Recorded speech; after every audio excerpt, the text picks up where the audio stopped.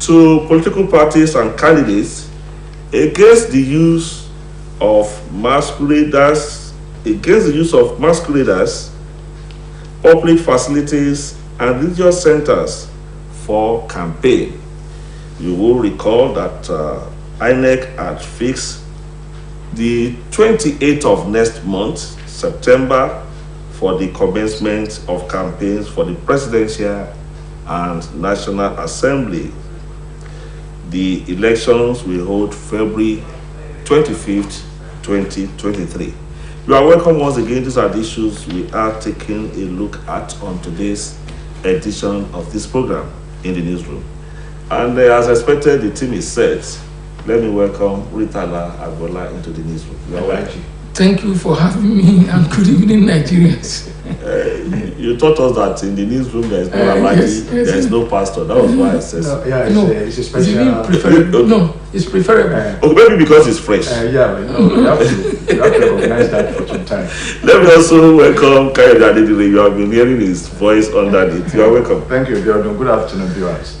Yes, let me start with you, Saki. How do we determine the national agenda and the national interest the former president claimed he is pursuing in the build-up to the 2023 presidential election? Well, I think it is characteristic of Baba Obasanjo. Since he left office, whenever elections are around, you see him playing one role or the other. And you say, the man has become an enigma. He has become an institution. He has been dictating who, at least he has been facilitating or showing interest in who comes into the presidency. For instance, when he was leaving office in 2007, isn't it? Yes. Yes. He showed interest in Yaradua. He brought Yaradua from Katsina, and he made sure that he was declared the winner. Because Yaradua himself agreed that the results that brought him to they were flawed. And when Yaradua, what happened to him, and the successor was being sought for, he brought in Jonathan and made sure that Jonathan won. He disagreed with Jonathan during the second term, and Jonathan lost. He supported Buhari. Buhari won in 2015, yes, 2015. So all along, it has become a kind of, you call it monarchical institution, where he finds himself by way of support or whatever, that person gets into office, whether by hook or crook. No. So he has become, and you see all these presidential candidates, making the presidential library in Abeokuta a kind of a pilgrimage. They go there to pay obeisance to him. So when he said he was pursuing the national agenda, well, certainly he must have a candidate among the presidential candidates, but cleverly he has refused to come out, unlike what he did in 2015 when he boldly came out in support of Buhari. But this time he's playing safe, and his meeting in London with his presidential, to him he said it was coincidental. We'll come to that. Okay, let me go to Saki says Alhaji. Let me go to Murtala Agbola now. Just as Saki had observed, his residence has become a mecca of sorts. Almost everybody is going there. And you ask yourself, is the man still relevant in the political calculation of Nigeria? Particularly if you consider those who usually insult him. Well, thank you once again for having me. Yes, I'm happy our boss here, narrated how he. But in 2019, the candidate he supported failed, and that was Atiku Abubakar. In spite of all that he has written about Atiku, he went ahead to support Atiku against the sitting president because he had issues. And in all the cases, he had issues with anybody he supported. Starting from Yaradua, he had issues with Yaradua, particularly as it affected this electricity conundrum. He had issues with him, and later he was not in the good book of Yaradua. And Yaradua and his supporters decided to dare him. He later supported Jonathan. And in the case of Jonathan was ready to sign an agreement that would go for 1 term. It was Baba that decided, no, you can't do that. So when he wanted to go for by the time he wanted to go for the second time, they have had issues. Things are falling apart. Things are falling apart. So he didn't support Jonathan. Now, in 2015, the APC, the conglomerate APC, now went to him. He supported Buhari, and again, they had issues. So in 2019, he had no other, because the Nigerian politics revolves around two major political parties, the APC and PDP. So in spite of all that he had written against Atiku in his books, he decided to go for him. Unfortunately, he lost. You see, Baba, if you look at it, some say he has this national outlook that is not parochial. Because in 1999 elections, the Yorubas did not vote for him. Ditto for 2003, they never voted for him. He saw himself as a nationalistic Nigerian who is interested in the national cohesion of Nigeria. But of late, he has realized that there's nothing like Nigeria, or he's not in full support. And don't forget, Baba never forgives. In 2003, before he could clinch the party ticket, Atiku and his guys made him to capitulate. But they supported Atiku in 2019. That is what I'm saying. Yes, he supported, but his support did not lead Atiku to anywhere. But at least he supported him. He supported, but the damage had already been done. Yes, the damage had been done. Yes, I wanted to talk about this London meeting a while ago. Yes, I got you. Yes, he was also in London. He met Atiku Abubakar and the Wike group too in PDP, and he said that he was in London to talk politics or under any guise. Did not indicate that he had a favorite. Do you believe that? No, I think he said, it was a kind of coincidence for him to have been in London when his governors and the governors were there. You see, he arrived from Democratic Republic of Congo, and from there he flew to London. From Lagos he flew to London, and according to what he has said, he said he went there to visit the ailing former head of state, Abdul Salam. That's what he told us when he went to Mina, that he was in London, but he got to London to know that he had come back home. Yes, had been discharged. So he went to Mina to. So you see, he has been playing on kind of. That was why I asked. Do you believe his narratives? It is difficult to believe. Difficult to believe.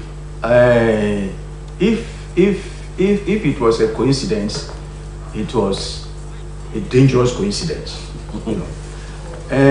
You see, when these governors left for London, it has been Wike who has been globetrotting from Turkey to Spain, from Spain to France, to Nigeria, and to London. Doing what? You know. And you see, my impression about what they are doing now is like submitting Nigeria to another round of colonization. We used to have these London meetings before independence. You know, of course, that was where most of the constitutional conferences took place. That was acceptable. But 60-something years after independence, we still find some of our leaders picking on London as to where I mean, they have decided to meet and decide the fate of this country. If you are talking of areas where there will be no distractions, we have a lot of them in this country. I can refer to Bukato Ranch. It's a very serene place. Nigerian journalists, would they allow them to have peace? Why not? If they decide to shut journalists out, they will do that conveniently. But because they have started living some ostentatious and extravagant life. Most of them, I mean, we have ex-governors who have left office. Those who are now in the case camp, they have run out their second time, and they believe that is the only way they could now pay us back. It is very unfortunate. Very unfortunate. They are telling us there is nowhere in Nigeria where they can meet and decide our fate in court, except London. I think Nigerians will have to be very careful this time around. Okay, what do you have idea of this national agenda the elder statesman claim he is pursuing?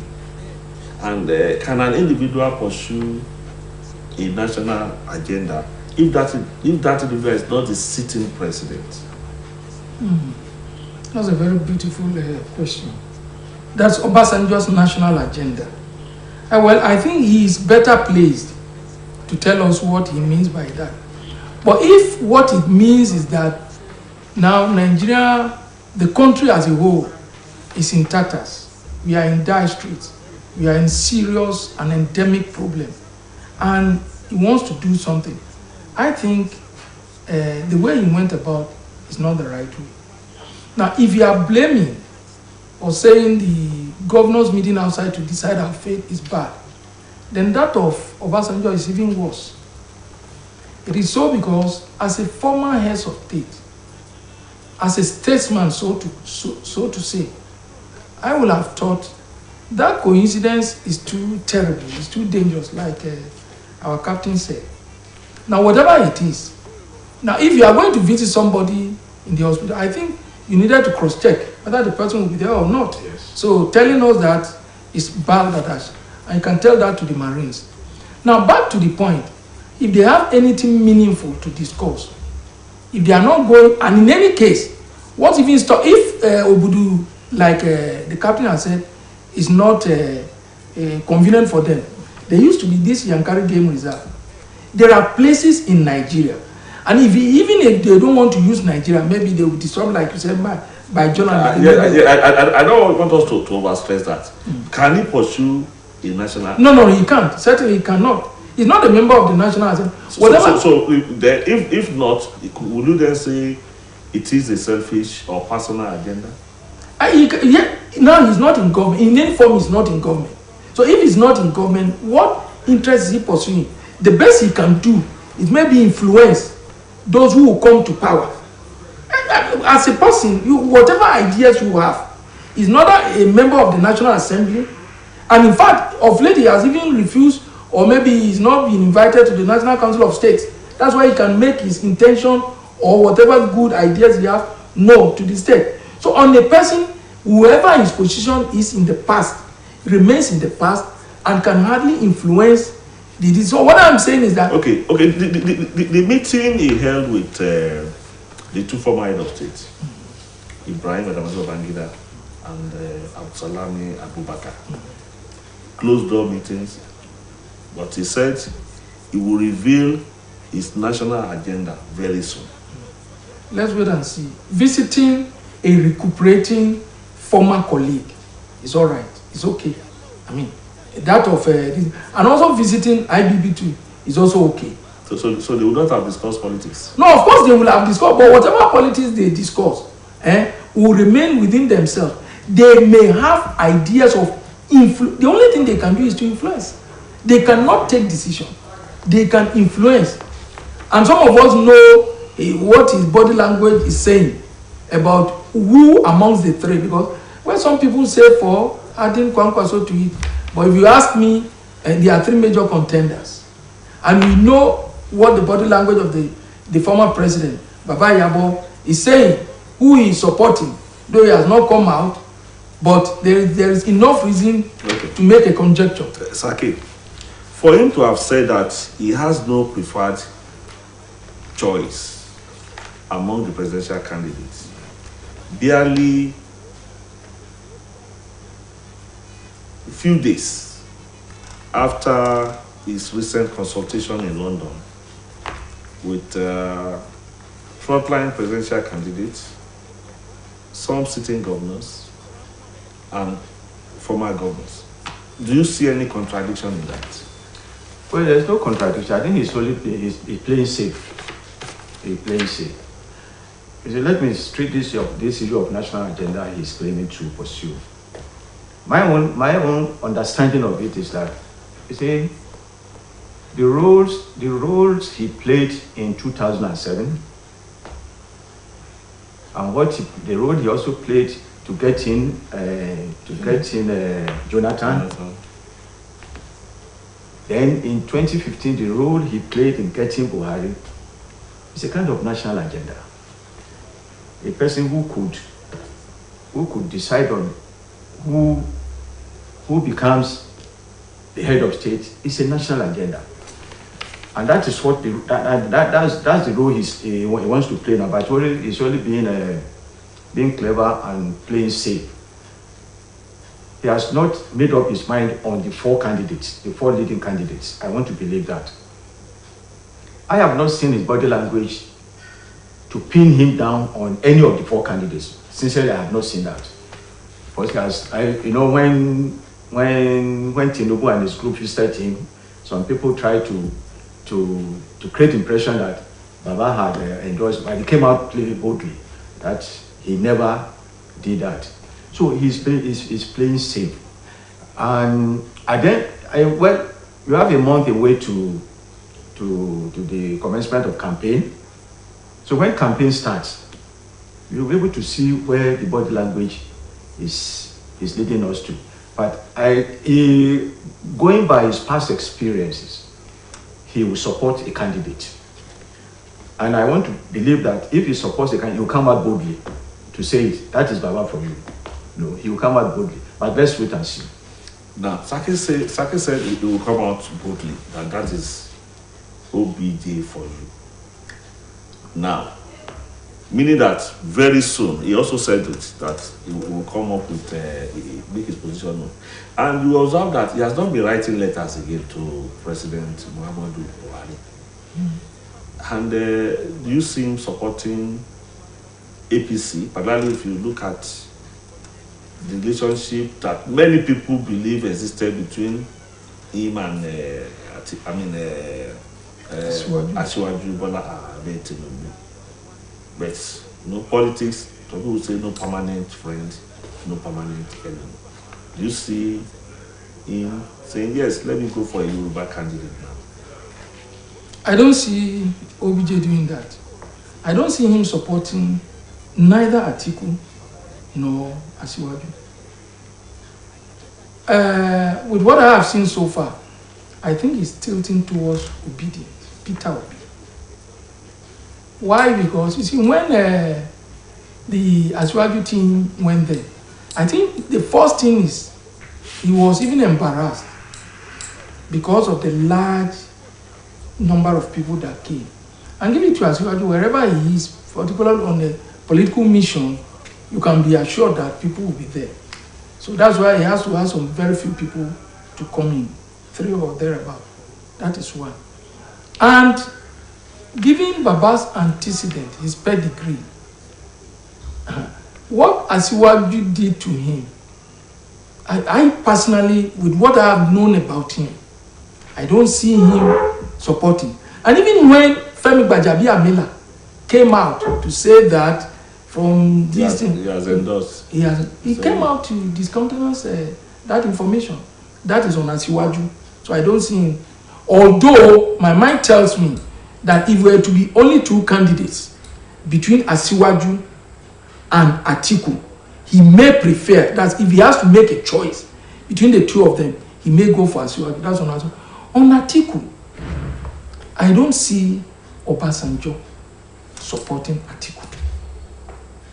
Now, for 2 reasons. One, he believes they belong to the past or the old generation, and that given Obi's pedigree, what he did in Anambra, that he could, that is one.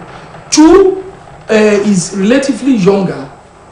And three, that he is in tune with the current realities. Although, for him to make the impact William Ruto made in Kenya, people have to move from the social media to real voting. Now, if you check the number of PVCs people have registered for, it has increased, and it's reflected in Osun too. Generally, people are dissatisfied with what is going on in the country, and so a lot of people want to come out and effect a change. Now, but it's now in the realm of conjecture. It is when people decide to leave the comfort of their room in their cozy offices on the day of election before we can realize that yes, they are making the good what they are prophesizing. Okay, another endless topic. Let's move to the second topic now. Saki, I'm starting with you. The PDP, since May, has not been finding it rosy. And it got to a stage that some of them were even attacking, a particular group was attacking the other group, and the other group was also throwing batters too.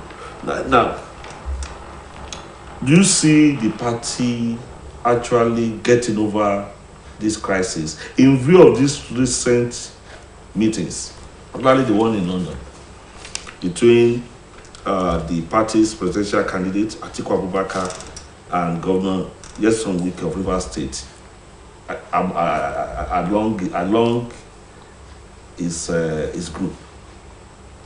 Well, as expected of politicians, see, they continue to tell us that they are about to settle the crisis. That's what they continue, the two camps. But those of us who don't belong to the system, we see that there is a lot to handle. And the major problem is Wike. You see, I want to see a situation where at a point in time, the party will be bold enough to call his bluff.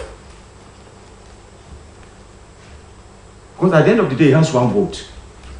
But he's talking as if he has the whole structure of PDP in his pocket. He's playing God. And God, as we know as Christians, has a way of humiliating the arrogant. That is the question I find Wike now. After their London meeting, because Atiku has made a lot of overtures by way of pacifying the situation, but he appears to be unyielding. Because if I were to be Atiku, I would not choose Wike as my running mate. Why? Because during the build-up to the primaries, he came out boldly that he cannot play the second fiddle. He can't play the second role.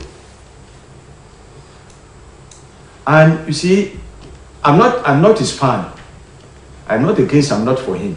But you see, I hate his attitude. His his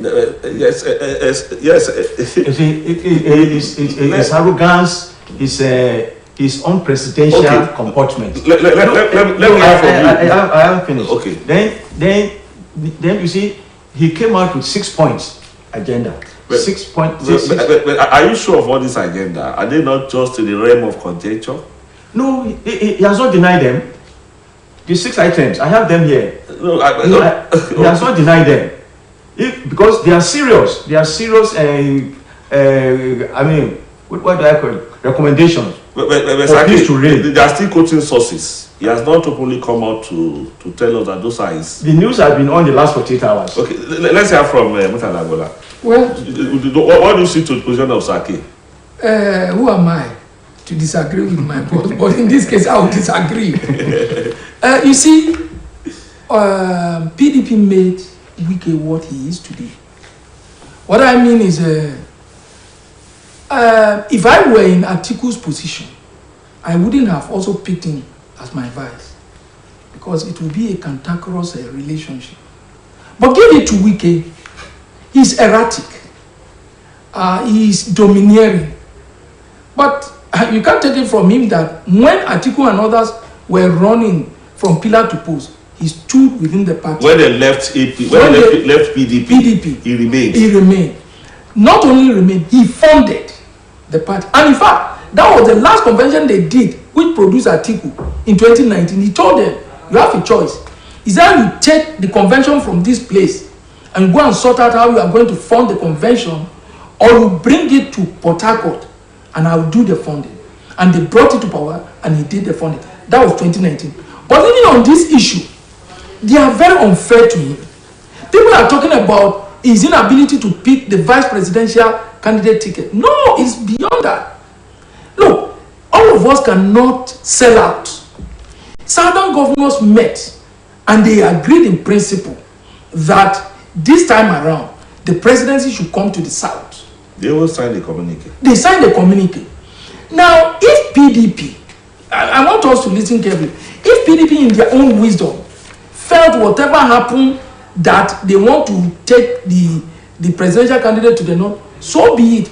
But it should come with a caveat. And the caveat is that, are you told the whole world, not only PDP, the whole world, that if the presidential candidate comes from the north, then you step aside? Now, nobody is talking about that. As if that is not bad enough. The presidential candidate of PDP comes from the north. The party chairman comes from the north. The chairman of the BOT comes from the north. How bad? I mean, we should be fair. We are talking about the system. No system works like coming behind the fact that we are having a sitting president from the north and the whole country is as it is. I mean, are we saying that the PDP... So the party is not respecting his own... That is in its party constitution. Yes, they are not. Okay, Saki, let's look at this issue. This because the others may appear sentimental, but this issue of chairmanship, the chairman of the party, and according to him, and we all know that Iyorchia, who is now the chairman of PDP, boldly told Nigerians or members of that party, maybe not Nigerians, that if the presidency should, the candidate of the party should come from the north, he will step down. Is that not enough for Wike to be worried? You see, it's not as if I disagree with all the 6 points demanded by Wike. No, at least 3 of them are very reasonable. Like this issue of Ayu is very reasonable. As Muri said, before the primaries, he came out boldly to tell Nigerians that if a northerner emerges as the president candidate, he will step down almost immediately. He has refused. He's now claiming that he has to run his 4-year term. And also, the principal officers of the party are from the north. They are also unacceptable. Okay. But the area where I disagree with Wike is calling for him to dictate certain pieces, like who becomes the Senate president, who becomes the Speaker of the House of Rep, and the key. As I said a while ago, are these demands, are they not in the realm of conjecture? You see, if they are in the realm of conjecture, you should have denied by now. You see, there are 6 points here, and I said I agree with him totally on 3. Because he said when he came from London, when he arrived from London and he arrived Port Harcourt, he said he was just like Babatu, pursuing national interests, not personal interest. And you have some governors standing firmly by him. And today he appears to be the most popular governor in Nigeria. Don't you consider all this? Well, I don't see as the most popular, the most controversial. Popularity has a honorable definition. It's about the most controversial. It's not a kind of a popularity. You see, when you begin to talk, and at a point in time you behave as if you have the whole country in your pocket. No, things are not done that way. You see, yes, he's a strong party member, no doubt about it. And I believe he has been funding the party because his state has money anyway. But that does not give him the right to claim as if he has a party in his pocket. But the flag bearer of PDP, Atiku Abubakar, has called his supporters to order in the way they react to issues raised by Wike. Don't you think that if Wike is not so influential, Atiku will have, as you said a while ago, he will have forgotten him and moved on? Atiku was playing the role of a statesman. Of course, he has not replied Wike in the harsh way Wike has been sending messages to his camp. So he has played it low, but his supporters are doing the work on his behalf. Like the former Jigawa State governor, Lamido, he has been doing the work. Like this man from Kogi, former senator. Yes. They know They have been harsh words also coming from Wike's camp to Atiku's camp. Okay. But you see, look, this guy, Wike, may be, in quote, bad person. But I think so. No, Sake said controversial. Controversial. Abisake. Yes. You see, there are certain things we have to. I read the Premium Times issue on this London. In fact, according to Premium Times, there was only one demand. Okay. That Wike asked for. Put on the table For Atiku, and it has to do with this national chairmanship. Unfortunately, the PDP constitution is such that even if Ayu resigns today, the person that will succeed him is not somebody from the south, which they want, but somebody from the north. Again, that's another problem. And it's not from the south, from the west.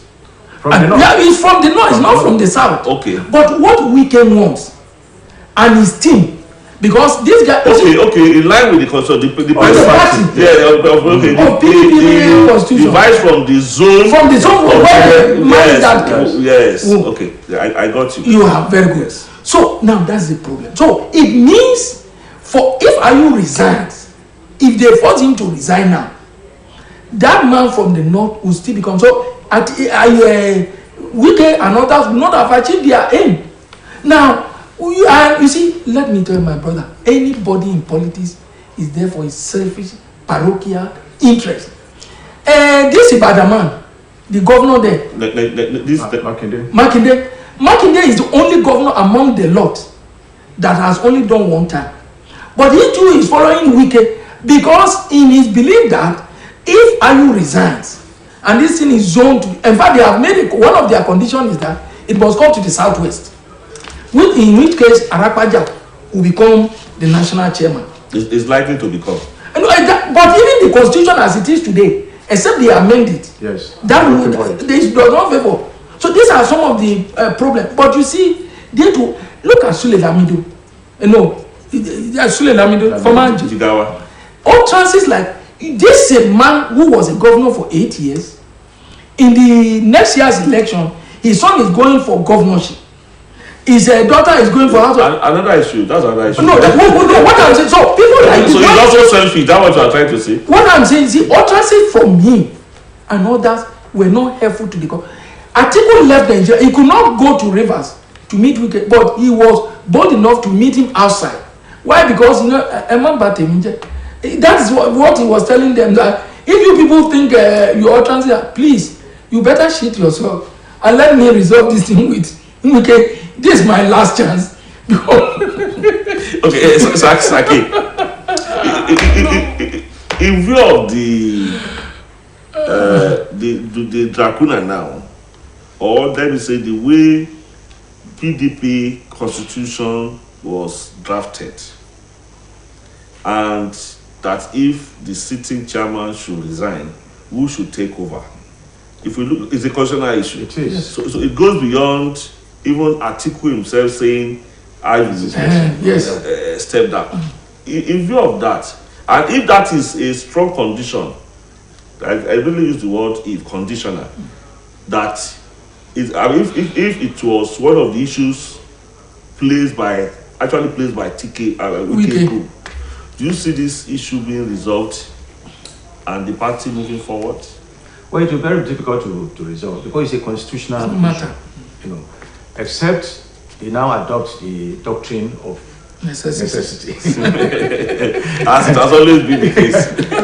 You see, otherwise, if Ayu resigns today, the man from his zone will succeed him, and that's another person. And interestingly, if PDP should do anything on constitution in line with the party, another party person will take the party to court. That is it. Even from another party. And what Ayu is saying is that he said the time is too short for them to engage in this kind of, that they should allow the election to hold, and that he will now decide to resign. That's another issue altogether. Whether they can take him seriously on that or not. No, if they take him seriously, the constitutional issue will still be there. Even if it is after. They have boxed themselves into a corner. And they will have to contend with this till the time of the election. And it appears your child is not also prepared to leave this. It's not at all. It's not, my brother. Because I recall a senator dumped his seat to become the chairman of APC. So it means that office is more important than being a senator. Yes, of course. That's why Adamu is not. And you see, even Wike's camp are also making reference to what happened in the past.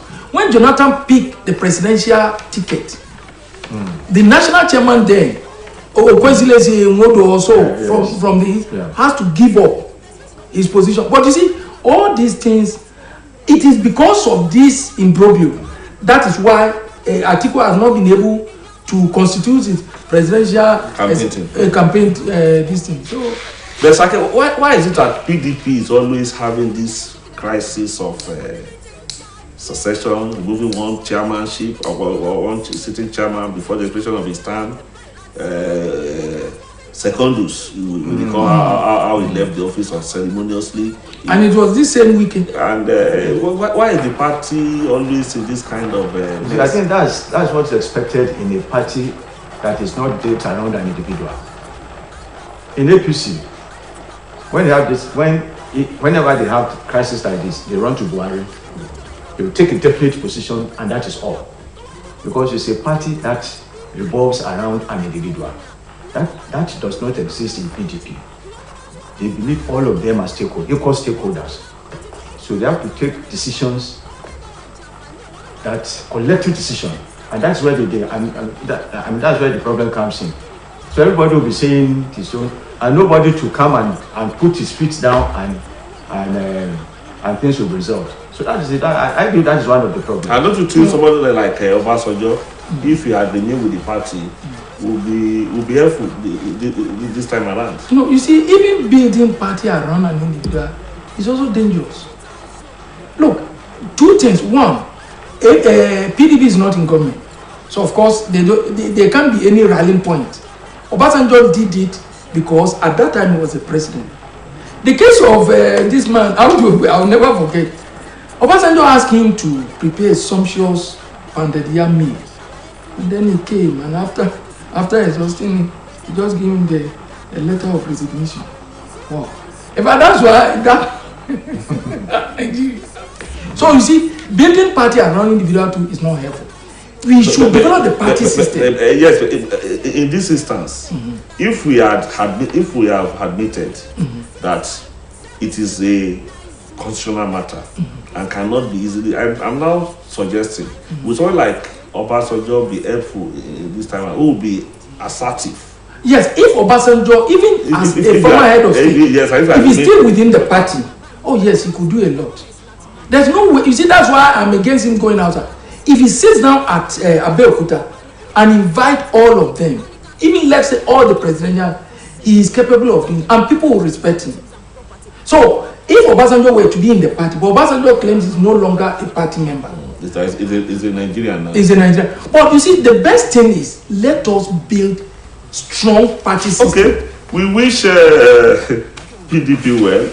We will fold our hands here and see how the party will manage itself out of this political crisis that it has found itself. And according to in the newsroom this evening, what is happening in PDP is part of beauty of democracy. Yes, democracy at play. Let's see how the party resolves it.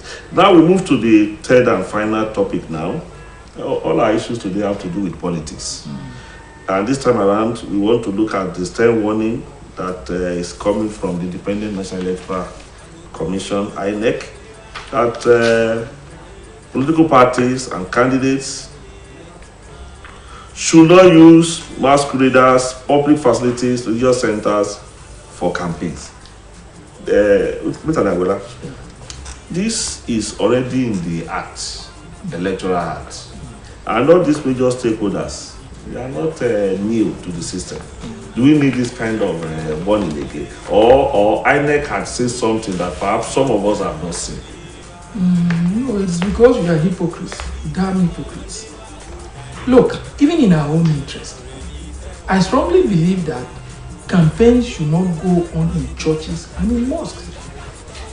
Which is a fact, because you as a leader, and that's why I'm sorry to say this, when the RCCG, I have tremendous respect for the GO and that church for what they have done in Nigeria and outside.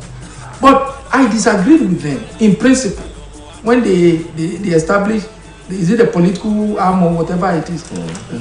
Now that in anticipation of the vice president maybe picking up the reason, now where is the stand?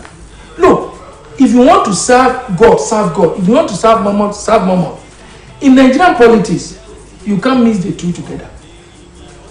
That's why some people have even... I think this is different.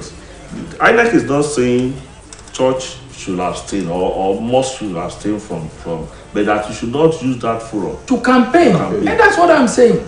You see, that you should not use a neutral ground. Go outside. In those days, I mean, I saw Awolowo for the first time and Zik for the first time at Leisure campaign. They came to campaign in 1979 election. That was the first time. And you see, in those days, it's always interesting. See the leaders we have heard their names on radio or television.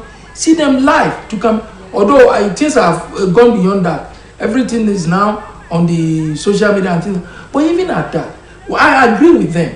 But we are asking why they are coming, because it's all known. Yes, it's known. But you see, Nigerians, people, the type of people we are, we know the reason, and deliberately, willfully, I mean, break those rules and regulations. So they are reminding us. You see, because it will happen if you have maybe the imam or the pastor, I mean, supporting one party. It does not mean that everybody in that church or mosque will do the same thing. Even a family. Even in a family of a wife and your children, or father, mother, and three children. Yes. So you see them. So sometimes the father will go this way, the mother will go this way, and the children will even tell me. So I think those places should be devoid of politics. Let's go and do our politics outside and then come back.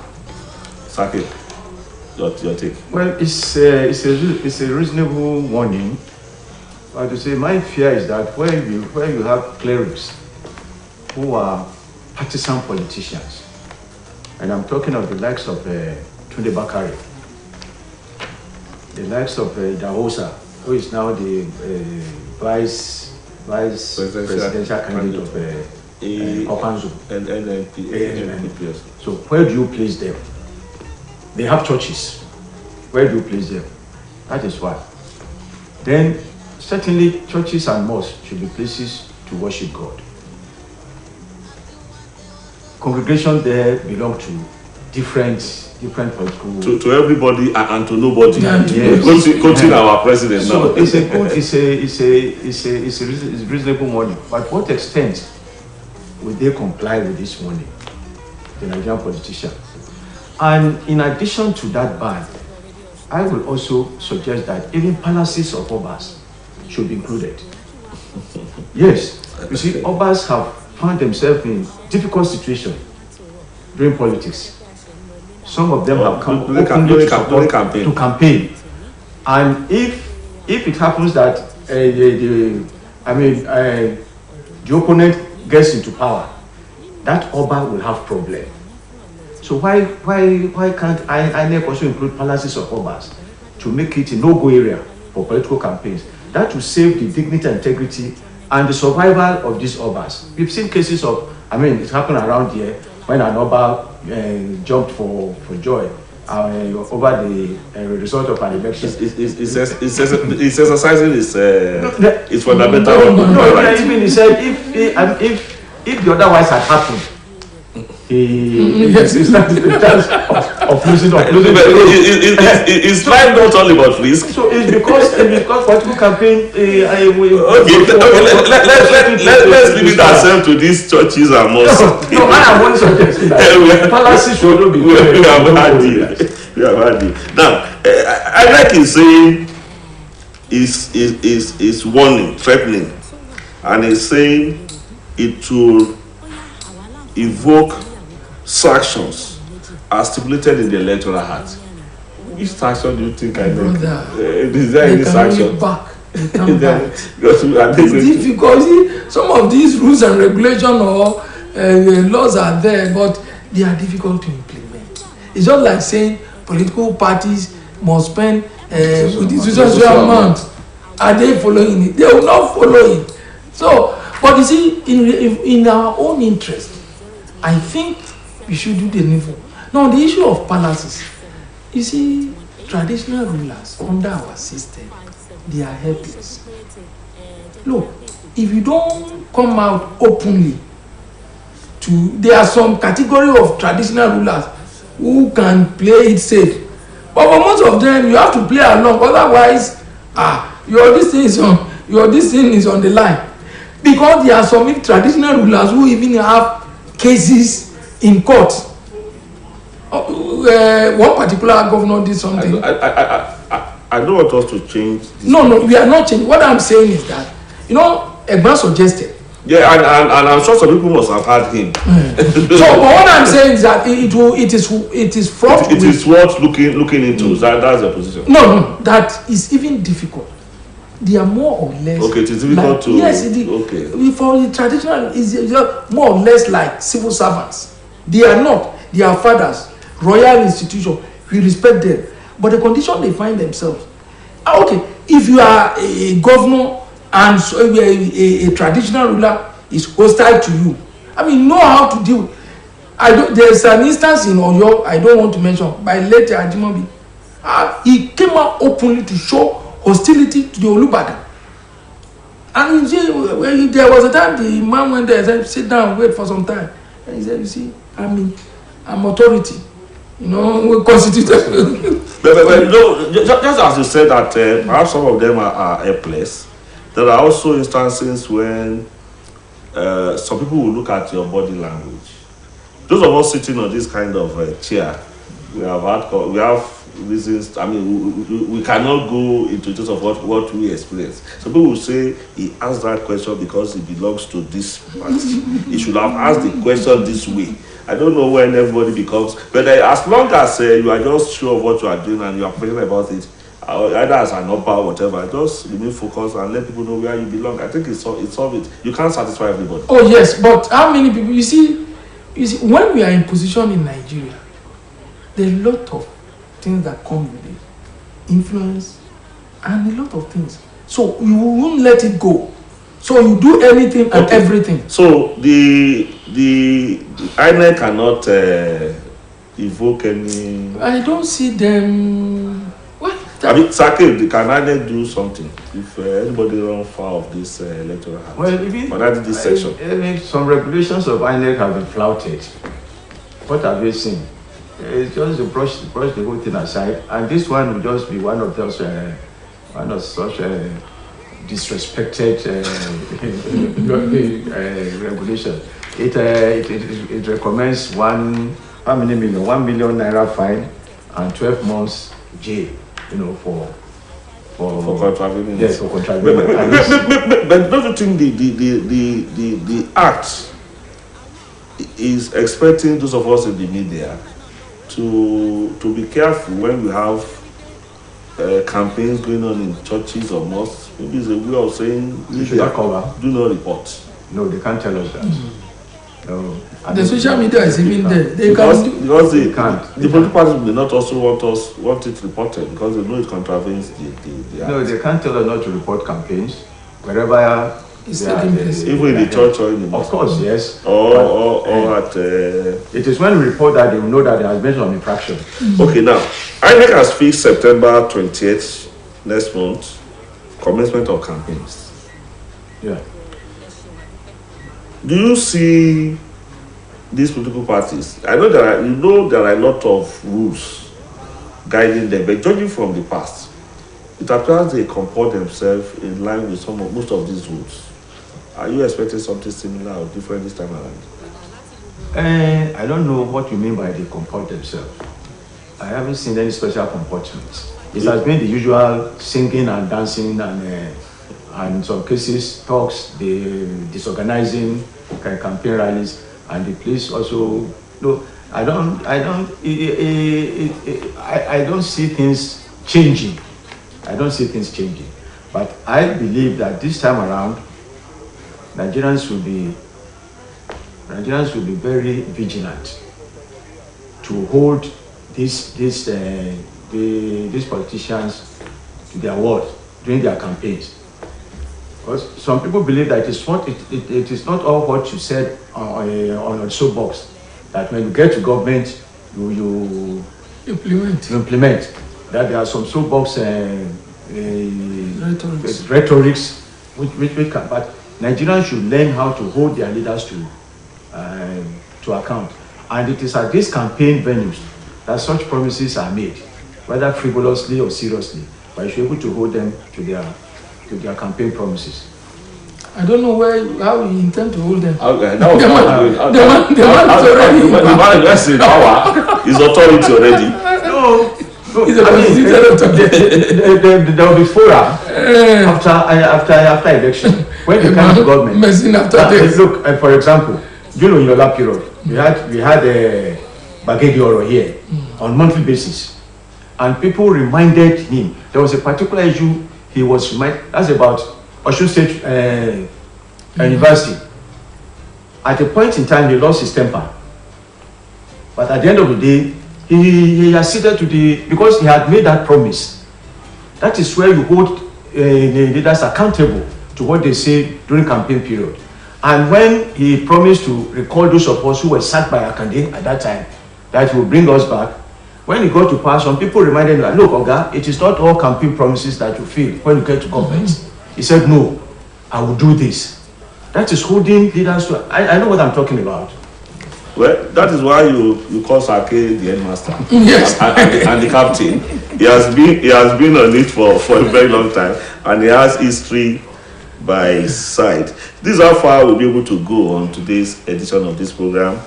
In the newsroom, we want to believe that we have been able to add color to your day. Let me appreciate my colleagues that are in the house. Munita Labola, we appreciate your contribution. Thank you for having me.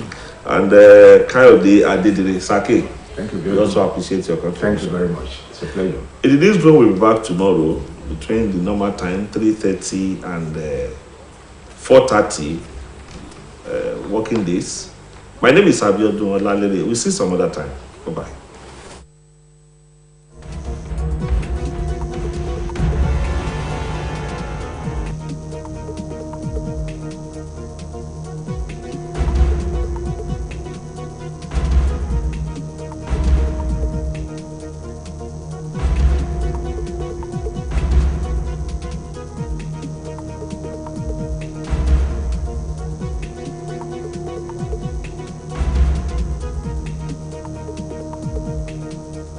Mondays through Fridays, 3:30 to 4:30 p.m.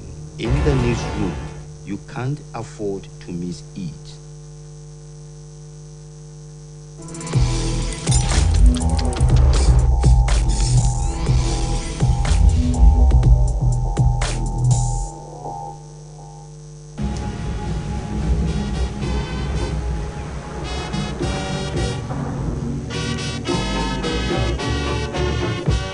It is our duty that we owe to our great dear motherland to enhance her and to boost her in the eyes of all the world. Egalitarianism is our national watchword. Equality of good fortune must be to each sure reward.